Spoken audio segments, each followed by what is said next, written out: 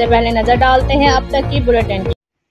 चौथा सालाना जफर एंड बशीर अहमद जाड़ा मेमोरियल क्रिकेट टूर्नामेंट का रंगपुर बघूर में इनेकाद किया गया, जिसका फाइनल मैच चंद बादशाह और रंगपुर रॉयल के दरमियान खेला गया।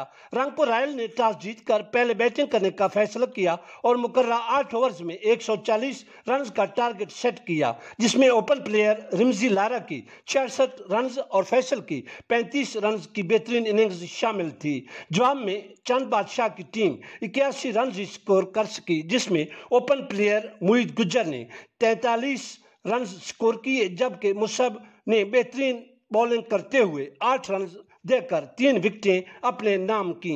यूं रंगपुर रॉयल ने यह मुकाबला 58 रन से जीतकर फाइनल अपने नाम कर लिया और दूसरी मर्तबा चैंपियन होने का एजाज हासिल किया।